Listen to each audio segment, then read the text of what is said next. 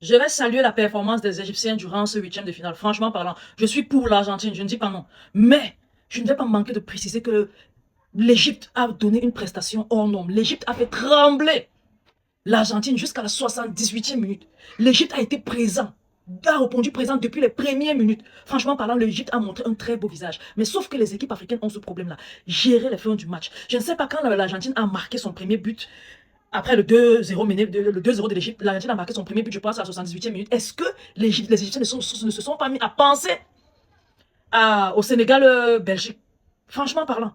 Mais sinon, le match a bien commencé, les Égyptiens ont bien géré. Les premiers temps forts durant les 3 premières minutes étaient Argentine. Mais les Égyptiens ont fait face à ça. Et ils ont renversé la tendance aussitôt. Ils ont gardé cette tendance à renverser là pour longtemps. Ça s'est vérifié à la 15e minute. Ibrahim marque sur un tir de loin.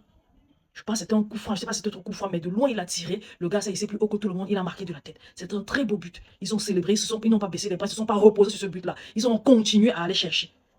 À la mi-temps est arrivé et ils sont allés au vestiaire. Au retour du vestiaire, malgré le fait que les Argentins avaient élu domicile dans leur surface de réparation, ils ont opté pour les contre-attaques, histoire de piéger l'Argentine. Ça s'est vérifié à la 58e minute, premier piège. L'Argentine est tombée, but. Le but a été refusé parce qu'il y avait une faute derrière. La faute était vraiment là. Il y avait matière à refuser ce but-là. Mais malgré cela, les gars n'ont pas baissé les bras, ils ont continué. À la 67e minute, ils ont frappé de façon régulière, il n'y a pas de faute. Ils ont marqué, ils ont mené 2-0 au tenant du titre de cette Coupe du Monde. L'équipe qui comporte Lionel Messi, Emiliano Martinez, qui n'avait pas été mise en danger qui n'avait pas à de nombreuses reprises été mise en danger. Pour les 2 seules fois où il a été mis en danger, il a pris les buts. C'est pour vous dire à quel point cette équipe d'Égypte-là est lucide face au goal. Franchement parlant, bravo à cette équipe-là. Vous sortez, mais la tête haute, sur un match où vous pouvez vous mordre les doigts, c'est le match, oui, ça peut arriver, vous n'êtes pas les premiers, mais sortez la tête haute. C'était quand même l'Argentine en face, c'était l'équipe de Lionel Messi en face. Vous les avez fait trembler comme jamais on a fait trembler l'Argentine. Je ne pense pas que Lionel Messi a eu peur un autre jour comme il a eu peur aujourd'hui. Que ce soit lui, que ce soit Emiliano Martinez ou peu importe. Franchement parlant. Même le 8-2, c'est 8-2 que le Barça avait copié. Oui, Lionel Messi ne s'est pas fait peur comme il s'est fait peur aujourd'hui. Donc bravo à cette équipe. On va noter qu'ils ont eu un gardien.